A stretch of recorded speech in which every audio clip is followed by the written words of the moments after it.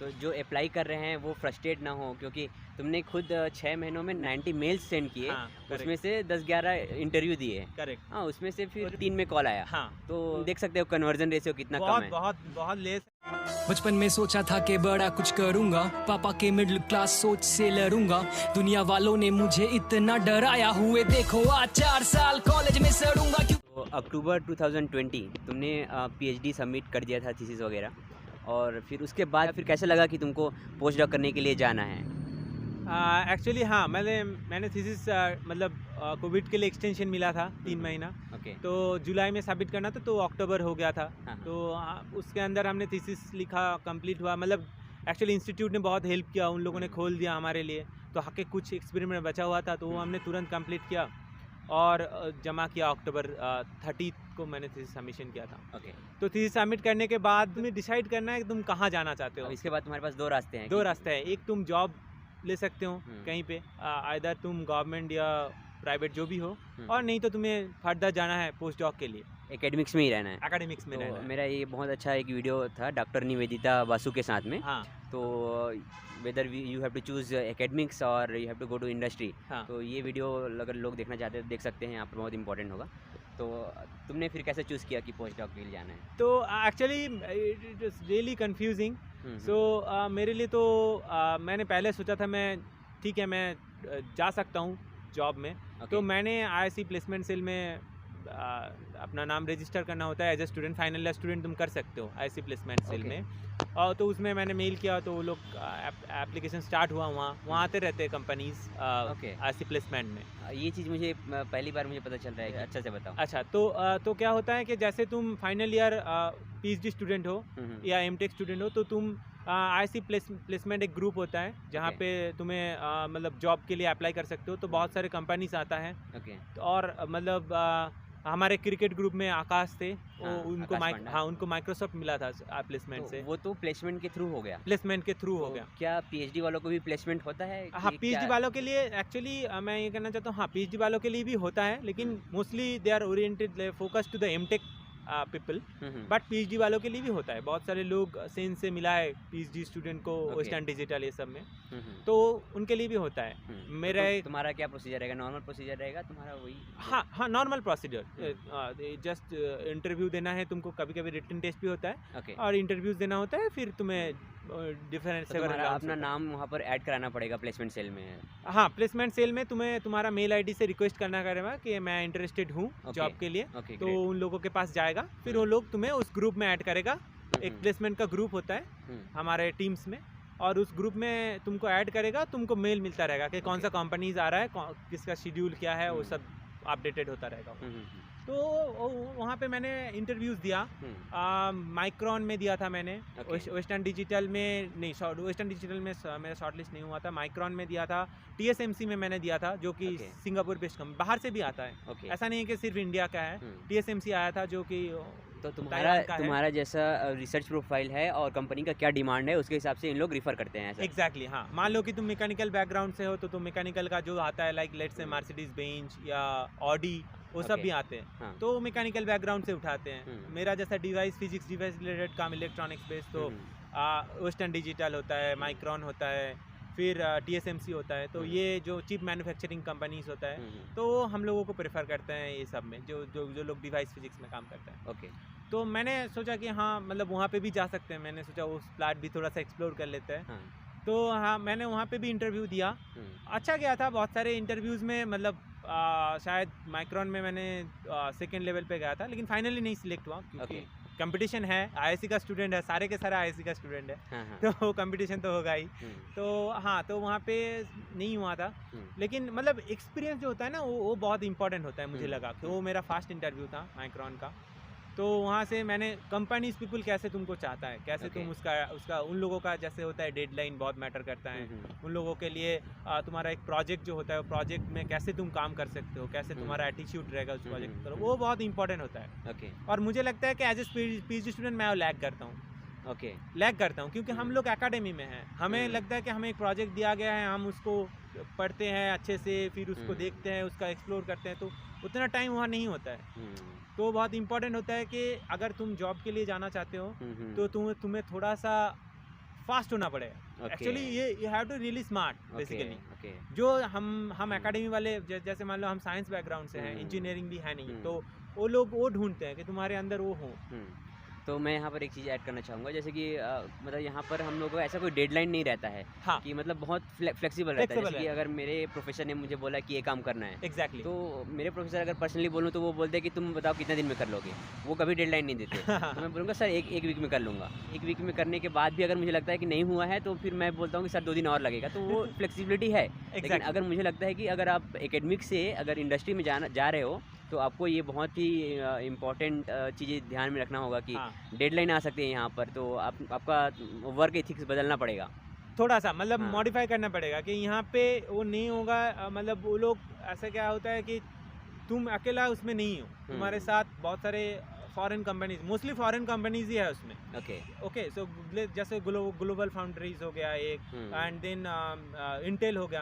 तो इन लोग यहाँ पे जो मैन्युफैक्चर करते हैं उसका डेटा आता है बाहर से, जो चिप बनता है उसका डेटा जाता है, मतलब जो सिमुलेशन पार्ट होता है वो इंडिया में होता है। तो इंडिया में सिमुलेशन पार्ट रिजल्ट वहाँ जाएगा तो वहीं तो तब वहाँ पे फैब्रिकेट होगा। तो it's really a cycle kind of thing, it depends on you also.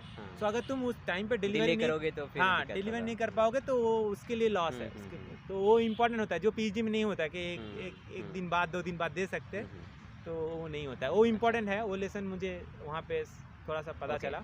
फिर मुझे लगा कि ठीक है, जॉब में मैंने 2-3 इंटरव्यू दिया, मुझे लगा कि मैं कहीं पे लैग कर रहा हूँ उस फील्ड में, और मुझे लगा कि ठीक है पोस्ट जॉब भी देखते हैं। तो वहाँ से मेरा ट्रांजिशन हुआ from job to like post job.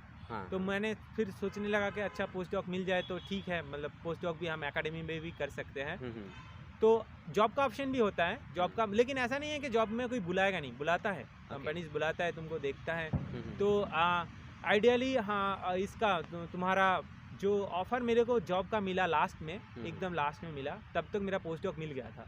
वो अप्लाइड मटेरियल्स में। तो अप्लाइड मटेरियल्स में भी मुझे लाइक इंटर्न मिला था लास्ट में एकदम। तो लेकिन वो तब तक यहाँ पे पोस्ट डॉक के लिए मैंने बोल दिया, तो वहाँ पे नहीं गया लास्ट में। तो ये प्लेसमेंट के थ्रू ही था ऐसे? नहीं, ये ऑफ कैंपस के थ्रू था। ओके, ऑफ कैंपस से अप्लाई किया। हाँ, ऑफ कैंपस के थ्रू। और बाकी जो माइक्रो वगैरह बोल रहे हैं वो सब कैंपस? वो सब कैंपस के थ्रू हुआ था, करेक्ट। तो हाँ, तो वहाँ पे थोड़ा सा ट्रांजिशन हुआ, मुझे लगा कि थोड़ा सा पोस्ट डॉक भी एक्सप्लोर कर लेते हैं। तब मैंने मेल करना चालू किया डिफरेंट प्रॉप्स को। पहले मैंने अपना फील्ड में देखा कि कौन कौन अच्छा है, वो करके मैंने एक सॉर्ट आउट करके पहले मेल करने लगा। पहला 10-20 मेल पे कोई रिप्लाई नहीं आया, लेकिन मुझे एक तुरंत रिप्लाई मिल गया था कनाडा से, Waterloo university, institute of quantum computation. वो भी बहुत अच्छा इंस्टीट्यूट है। तो वहाँ से मिला था, वहाँ पे मैंने इंटरव्यू दिया और मेरा इंटरव्यू में हो गया था। ग्रेट। तो मतलब वो था मेरा पहला पोस्ट डॉक इंटरव्यू, तो उसमें मेरा हो गया था। तो मैंने सोचा ठीक है, पोस्ट डॉक हो गया तो और क्या करना चाहिए। तो मुझे लगा कि ठीक है, मैं अब क्या होता था, मैंने एक साथ तो तुम एक ही पर्सन को मेल नहीं करते हो ना, बहुत सारे प्रॉफ को मेल करते हो। तो और 2-3 जगह से रिप्लाई आने लगा।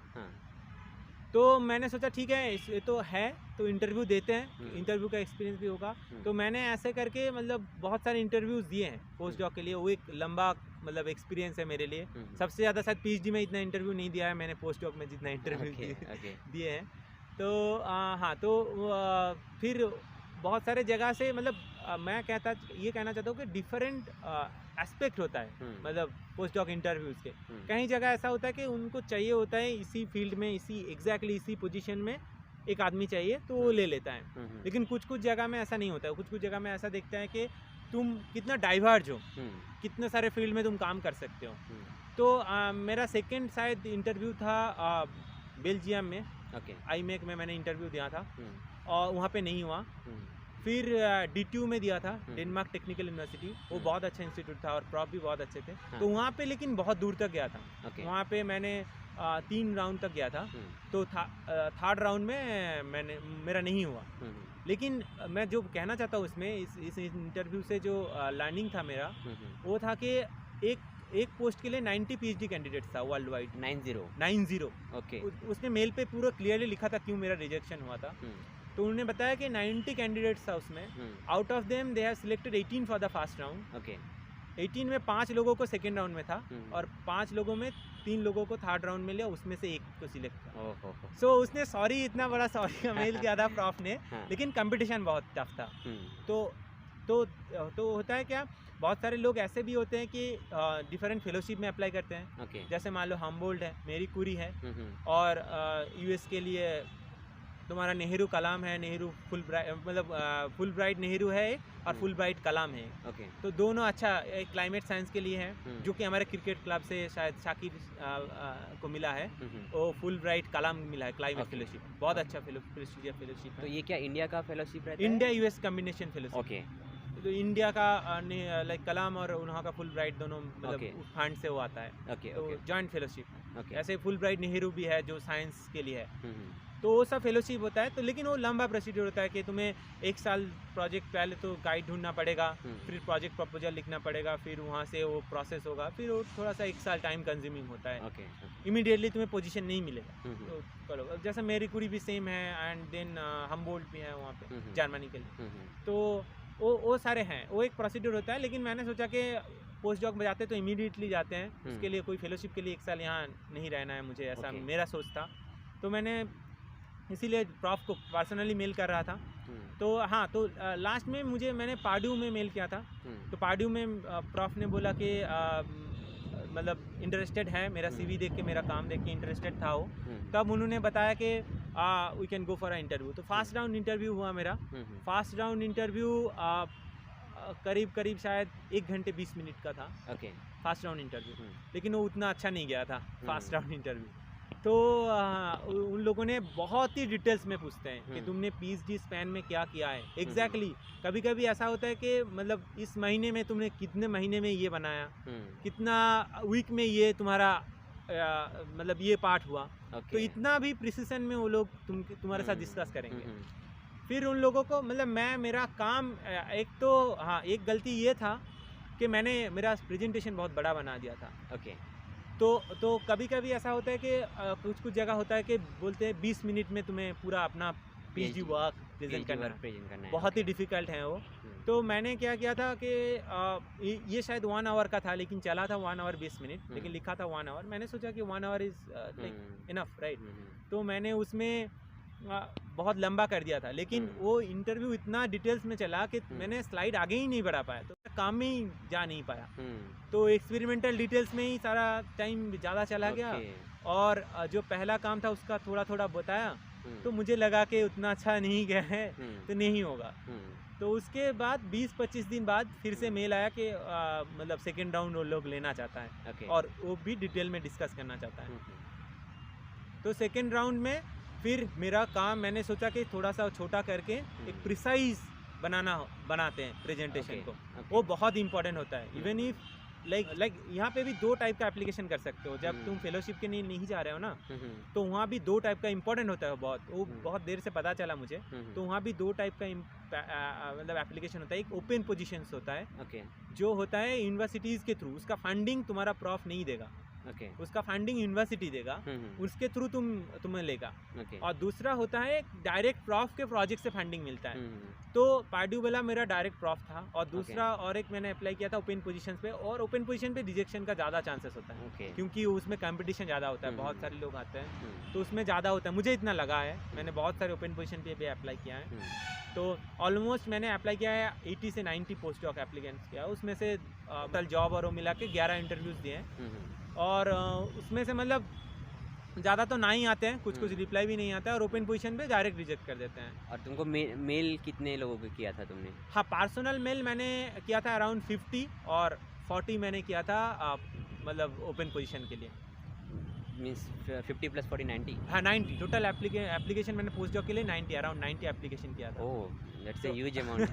हाँ, huge amount, and it will be very time taking actually to fill up the forms। और कैसे बनाना क्या चीज़ मेल कैसे भेजते हैं ये बता दो। मेल के लिए मैं जो किया था अपने चीज़ में, मैंने अच्छे से एक कवर लेटर बनाया था। एक कवर लेटर बनाया था जिसमें मेरा सारा पीएचडी वर्क और सारा एक्सपर्टाइज जो तुम्हें आता है, उसको एक कंबाइन करके एक मेल बनाया मैंने। जिसमें मेरा रिजल्ट भी रहेगा कि मैंने एग्जैक्टली क्या किया है, थोड़ा सा वो भी रहेगा, थोड़ा सा तुम्हारा ये पार्ट रहेगा कि तुम किस में एक्सपर्टाइज हो, जो कि नज़र में आ जाए लोगों का। एंड तीसरा पार्ट ये है कि फ्यूचर थोड़ा सा लिखना है कि फ्यूचर डायरेक्शन में भी ये इंपॉर्टेंट है तुम्हारा हुआ। तो ऐसे करके एक 1 पेज का कवर लेटर बनाया, वो मेल में बॉडी में मैं डालता था। और CV और वो सब अटैच करता था अटैचमेंट्स में। CV और कभी कभी होता है रिसर्च प्रेजेंटेशन जो होता है एक स्मॉल, वो मैं अटैच करता था कभी कभी वो क्या होता है वीडियो फॉर्मेट में, नहीं वीडियो नहीं, जस्ट प्रेजेंटेशन स्लाइड्स। स्लाइड्स हाँ। वहाँ पे थोड़ा सा डिटेल में होता है ना चीज़ें, प्लॉट वो सब होता है, ग्राफ वो सब, जो मेन एक्सपेरिमेंट का जो मेन प्लॉट है वो सब डाल के थोड़ा सा कंबाइन करके एक प्रेजेंटेशन, वो भी कभी कभी अटैच करता था। कुछ मेल में वो अटैच नहीं होता था, तो क्या होता था, मैंने देखा है प्रॉफ तुम्हारा प्रेजेंटेशन फिर मेल करके लेता है तुमसे कि I want to see if you have any work which will be like explainable. तो इम्पोर्टेंट होता है, मतलब वो अगर अटैच कर दो, अगर बनाओ तो अच्छे से, वो भी सही होता है। तो ये सब करके मतलब हाँ देखो सब तो रिप्लाई नहीं करने वाले हैं, कुछ तो आएगा, उसमें से तुम्हें पॉजिटिव निकालना होगा। तो मैंने इतना किया, उसमें सक्सेसफुल 3 है ओनली। तो कनाडा वाला पहले हो गया था, और उसके बाद मुझे पार्ड्यू मिला, और लास्ट में मुझे यूनिवर्सिटी ऑफ मैनचेस्टर मिला, एकदम लास्ट में, कुछ ही दिन पहले, जस्ट 10 डेज पहले मिला। तो वो हाँ यूनिवर्सिटी ऑफ मैनचेस्टर में वो नोबेल लॉरिएट के ग्रुप में मिला, एक आइम के ग्रुप में। वो भी बहुत अच्छा ग्रुप है, लेकिन वो बहुत लाइक लास्ट में मिला। तो मैं शायद पार्ड्यू भी जाने वाला हूँ, क्योंकि मुझे अच्छा लगा वहाँ का प्रोजेक्ट भी और वहाँ का तो जो अप्लाई कर रहे हैं वो फ्रस्ट्रेट ना हो, क्योंकि तुमने खुद 6 महीनों में 90 मेल्स सेंड किए। हाँ, उसमें से 10-11 इंटरव्यू दिए। करेक्ट। हाँ, उसमें से फिर 2-3 में कॉल आया। हाँ, तो तुम देख सकते हो कन्वर्जन रेशियो कितना कम है। बहुत लेस है। बीच में जब मुझे सबसे दुख हुआ था, जो डेनमार्क वाला दिया था, उसमें इतना राउंड होने के बाद भी मेरा रिजेक्ट हो गया था। तो उन्होंने, लेकिन प्रॉफ बहुत अच्छे थे, मतलब ऐसा नहीं है कि रिजेक्ट कर रहे हैं, इतना अच्छा रिजेक्शन मेल भी लिखते हैं, तो तुम्हें उसको देख के भी थोड़ा सा अच्छा लगेगा कि इतना अच्छा रिजेक्शन मेल लिखा। उसने बोला था कि कभी भी तुम्हारा फ्यूचर में कोई भी रिकमेंडेशन लेटर चाहिए, कुछ चाहिए, मैं देने के लिए तैयार हूँ, लेकिन मैं इस पोजीशन में तुम्हें ले नहीं पा रहा हूँ। लेकिन उसके बाद मुझे बहुत ख़राब लगा था। तो ये मेल क्या पर्सनली आता है कि पर्सनली आता है? जितने लोगों को रिजेक्ट कर लेते सबको एक कॉपी पेस्ट ऑल कर देते हैं? नहीं, मुझे नहीं लगता है। मेरे पास जो मेल आया था सबको भेजा था, क्योंकि वो थोड़ा सा वो भी था, मतलब प्रोफेशनल नहीं था मेल, थोड़ा सा वो भी था कि पर्सनल टाइप मेल था। तो मुझे लगा वो मेरे पास ही आया है, और वो सिस्टम जनरेटेड मेल भी नहीं था, लेकिन ये ओपन पोजीशन था। तो ओपन पोजीशन में generally rejection mail system generated आते हैं। लेकिन ये मेल मुझे प्रॉफ खुद किया था, और उसमें मतलब पर्सनल ये भी था, तो मुझे लगा कि ये सबके पास नहीं गया। तो उसके बाद थोड़ा सा डिप्रेस्ड हो गया था मैं, कि मतलब इतना टाइम स्पेंड किया, उसका प्रोजेक्ट प्रपोजल, मतलब वो बहुत ही डिटेल्ड इंटरव्यू था, क्योंकि पहला राउंड जो बेसिक होता है तुम्हारा वो होता है। सेकेंड राउंड में उन लोगों ने बोला कि उन लोगों का एक प्रोजेक्ट है, उसमें क्या गलती है निकालना है, जो कि बहुत मुश्किल काम है, क्योंकि उन लोगों का एक पेपर पब्लिश्ड है, उसमें से गलती निकालना बहुत ही मुश्किल काम था। ये सेकेंड राउंड था। थर्ड राउंड में फ्यूचर पे काम था, कि जो प्रोजेक्ट प्रपोजल उन्होंने भेजा है हमको, उस पर हम कैसे उसको क्या मतलब उसमें चुनौती आ सकता है, वो पहले तुम्हें जांच करना है कि इसमें मान लो कि डिवाइस फैब्रिकेशन की ये पार्ट में हमें डिफ़िकल्टी आ सकता है, तो उसको एक्सप्लोर करने के लिए उन लोग बोला था कि तुम्हें क्या लगता है कौन सा पार्ट डिफ़िकल्ट है इस प्रोजेक्ट में। तो वो थर्ड राउंड था। तो मतलब इतना करने के बाद भी रिजेक्शन आया, मतलब पास्ट निकाल लिए, फ्यूचर निकाल लिए, सब करने के बाद भी नहीं लिया। तो हाँ, तो वो थोड़ा सा डिफ़िकल्ट फेज था मेरे लिए, कि मतलब चूज़ करना था। और एक्चुअली कनाडा में ये इम्पोर्टेंट था कि कनाडा में मतलब उन लोगों ने बोला है कि लेंगे, लेकिन वो प्रोसेस करने में थोड़ा सा टाइम था मेरे पास, तो वो एक एडवांटेज था। तो बाद में मैंने बोला उन लोगों को कि मैं यहाँ पे जा रहा हूँ और यहाँ पे ज्वाइन कर रहा हूँ मैं, तो उन लोगों को भी लगा होगा कि हाँ ठीक है, इतना दिन वेट किया, मतलब 2-3 महीना तो उन लोगों को भी वेट किया है मेरे लिए, तो मतलब क्या कर सकते हैं। लेकिन उसमें तो तुम्हें अच्छे ही चूज़ करना होता है। That is very like it will be a very difficult decision, but you have to take it for your future. तो मुझे लगा कि हाँ ठीक है, कनाडा तो था, मतलब उसके साथ भी मैंने सोचा कि करते हैं थोड़ा सा एक्सप्लोर। तो मेरा लास्ट में ये 2 रिजल्ट आया। और IISc प्लेसमेंट में तुमने जो इंटरव्यू दिए थे, उनका एक्सपीरियंस क्या पोस्ट डॉक के इंटरव्यू के लिए काम आया?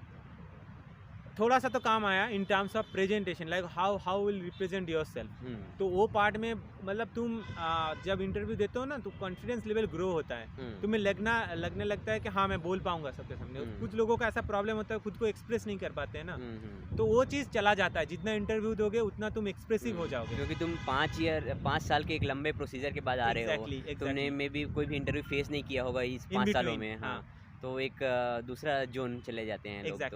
तो वो और हम प्रेजेंटेशन भी देते हैं, मतलब जस्ट दिस इज कोलोकियम एंड वो होता है एक प्रेजेंटेशन देना। लेकिन क्वेश्चन आंसर पार्ट, उसमें से तुम्हारा मतलब तुमने जो प्रेजेंटेशन दे रहे हो उसमें से कमियां निकालना, उसमें क्या प्रॉब्लम है। बहुत सारी जगह ये भी फेस किया है कि मेरा काम में कहाँ प्रॉब्लम है, इस जगह को कैसे एक्सप्लेनेशन देना चाहिए, वो सब मैंने सीखा है पिछले प्रेजेंटेशन से। तो बाद में चीज़ें और क्लियर होगी कि यहाँ पर मैं ये कर सकता था या फिर यहाँ पर ये थोड़ा सा प्रॉब्लम है। एग्जैक्टली। तो लास्ट मंथ MIT में भी इंटरव्यू दिया, मैसाचुसेट्स इंस्टीट्यूट ऑफ टेक्नोलॉजी। वहाँ पे भी एक प्रॉफ मेरा प्रोफाइल देख के बोला था कि हाँ मैं इंटरव्यू लेना चाहता हूँ। तो वो इंटरव्यू था 20 मिनट का, लेकिन वो चला 1 घंटा 40 मिनट का। मतलब स्पैन था 20 मिनट बोला था मुझे, लेकिन चला 1 घंटा 40 मिनट आया था। उसका रिजल्ट नहीं आया अभी तक, लेकिन फिर भी वो इंटरव्यू भी बहुत अच्छा था। तो वो तुम्हें मतलब मुझे लगता है कि ये काइंड ऑफ एक्सपीरियंस है जो तुम्हें फ्यूचर के लिए बहुत ज़्यादा तैयार करता है। बहुत ईजी होता है बाकी लोग, और ईच इंटरव्यू से तुम्हें कुछ ना कुछ सीखने को मिलेगा। कहाँ गलती हो रहा है, कौन सा चीज़ तुम्हें एक्चुअली हाईलाइट करना चाहिए था, कौन सा चीज़ तुम्हारे प्रेजेंटेशन के लिए अच्छा है, बढ़िया है, वो सब तुम्हें इंटरव्यू से ही नॉलेज मिलेगा। अदरवाइज किसी के सामने रिप्रेजेंट नहीं करोगे तो तुम्हें कमियां दिखने नहीं लगेगा ना। वो बहुत इंपॉर्टेंट है एक्चुअली, ये मुझे लगा। मतलब पोस्ट ऑफ अभी PhD ज्वाइन किए हैं उनके लिए तुम क्या टिप्स देना चाहोगे? मैं ये कहना चाहूँगा कि लाइक थोड़ा सा सोच को बदलना पड़ेगा। मुझे लगता है जो हम लोग कन्वेंशनली देख के आए, जो सोच के आए, मतलब कि हाँ ठीक है वो ऐसे होता है, वो थोड़ा सा बदलना चाहिए मुझे लगता है। अभी थिंग्स नया है, मतलब नया चीज़ों को एक्सेप्ट करना, नया चीज़ों को मतलब हर चीज़ में क्वेश्चन करना कि ये सही है या नहीं, ये गलत है या नहीं। जो पहले ऑलरेडी बना हुआ है उसको हम इतना दिन वैलिडेट किया है, अभी ये है कि हमें नया बनाना है कुछ। तो वो मतलब व्यू को थोड़ा सा बदलना है, वो इम्पोर्टेंट है जो लोग नया ज्वाइन कर रहे हैं। और जो लोग ऑलरेडी कर रहे हैं उसके लिए मैं ये कहना चाहता हूँ कि स्ट्रगल तो सब जगह है। मतलब उसको कुछ लोग देखा है, बहुत सारे लोग ऐसे छोड़ के चले जाते हैं, मेरे लैब में ही 1-2 मतलब चले गए बीच में। तो ऐसा नहीं, मतलब स्ट्रगल होता है, हर चीज़ में होता है। तो उसको थोड़ा सा फाइट करके, थोड़ा सा मतलब अपने आप को थोड़ा सा स्ट्रॉन्ग बना के करना है। कैसे भी हो हमें जो स्ट्रगल है, क्योंकि उसके बाद ही अच्छा चीज़ आता है। स्ट्रगल के बाद अगर उसी में तुम टूट जाओगे तो आगे कैसे बढ़ोगे। तो मुझे लगता है वो बहुत इंपॉर्टेंट है। ये बहुत अच्छा टिप्स तुमने दिया है शायद, वो बहुत इंपॉर्टेंट है। और मतलब हाँ, जो लोग मतलब फिनिश कर रहे हैं पोस्ट डॉक्टरल एक्सपीरियंस, मैंने बताया कि कुछ नहीं, मतलब तुम्हें मेल करते जाना है, रिजेक्शन आएगा, कभी कुछ रिप्लाई भी नहीं आएगा, लेकिन लगे रहना है उसमें कहीं ना कहीं। मतलब मेरा जो लास्ट में मतलब जो इम्पोर्टेंट जो पोस्ट डॉक मुझे मिला वो एकदम लास्ट में मिला, जब मैं यहाँ से जाने वाला हूँ। मतलब मेरा ख़त्म हो गया, ऑलमोस्ट 6 महीने का ओवर हो गया मेरा RA-शिप, उसके बाद ही मिला। तो उस टाइम के लिए वेट करना है, वो बहुत इंपॉर्टेंट। टाइम अच्छा आने वाला है, सबका आता है वो, लेकिन उसके लिए वेट करना है, वो बहुत इंपॉर्टेंट। बहुत सारे क्वेश्चंस मिले हैं पोस्ट डॉक से रिलेटेड, लोगों के मन में जो डाउट है, तो वो चीज़ थोड़ा क्लियर कर दो तुम। ओके। तो पहला क्वेश्चन है कि प्रोफेसर का रिकमेंडेशन लेटर कितना मैटर करता है पोस्ट डॉक लेने में? अब मैं कहूँगा मतलब मैटर करते हैं, फिर नहीं भी करते, क्योंकि मेरे साथ दोनों ही हुआ है। तो मैंने पार्ड्यू में इंटरव्यू दिया, तो वहाँ पे मेरा ऑफर लेटर मतलब आ गया, लेकिन रिकमेंडेशन लेटर अभी तक नहीं पूछा। शायद बाद में पूछ सकते हैं, नहीं पता नहीं, लेकिन नहीं पूछा उन लोगों ने। लेकिन मैनचेस्टर में मेरे प्रॉफ को पूछा है। विदाउट रिकमेंडेशन लेटर नहीं होता शायद, वहाँ मैंडेटरी है वो। तो it depends, like it depends on the universities, it depends on the prof. So but both are really important. Like अच्छा इंटरव्यू देना भी और रिकमेंडेशन लेटर प्रॉफ से भी इम्पोर्टेंट है, मुझे वो भी लगा मैनचेस्टर के लिए। पोस्ट डॉक कितने साल का होता है? ऐसा कोई हार्ड एंड फास्ट रूल नहीं है, लेकिन जनरली हम साइंस बैकग्राउंड से है, तो हमने देखा है कि 3 साल का एक काइंड ऑफ एक्सपीरियंस है। तो 3 साल का लगता है post doctoral experience for like academia में जाने के लिए, डिफरेंट पोजीशन में अप्लाई करने के लिए। कहीं ऐसा लिखा होता है कि you need 3 years of post doctoral experience. तो जैसे तुम अभी जा रहे हो वो 1 साल का है? हाँ, इनिशियली 1 साल का कॉन्ट्रैक्ट है, लेकिन वो मतलब एक्सटेंशन देगा, depends on the project, how I am doing, तो कोई फिक्स टेन्योर नहीं है कि 1 साल का होगा, 2 साल का होगा? नहीं, ऐसा कुछ नहीं है। और कितने पोस्ट डॉक ले सकते हैं, कितने पोस्ट डॉक होना चाहिए मतलब? और लोग तो बहुत सारे करते हैं जब तक उन्हें लगता नहीं है कि मैं कुछ नया सीख लिया हूँ, मैं अपना लाइक पोस्ट डॉक के बाद लोग क्या करते हैं, जनरली फैकल्टी बनते हैं, नया डिपार्टमेंट खोलना होता है, उसको नया लैब एस्टेब्लिश करना होता है, right? Exactly that kind of experience you need and you will gather only that kind of part in post doc. PhD is like you are not guiding anyone, but there you need to guide someone. So कुछ like PhDs भी तुम्हारे अंदर काम करेंगे वहाँ, right? तो तुम एक एज अ गाइड भी बिहेव करोगे वहाँ एज अ सीनियर पर्सन, तो वो सब एक्सपीरियंस वहीं पे आता है, तो वो इम्पोर्टेंट होता है कि जैसे अभी तुमने बोला कि तुम गाइड भी करोगे लोगों को, तो पोस्ट डॉक में क्या काम करते हैं एग्जैक्टली? जैसे हम लोग पीएचडी में ज़्यादा रिसर्च ओरिएंटेड वर्क करते हैं, और तो पोस्ट डॉक में कैसे वर्क डिफरेंट होता है?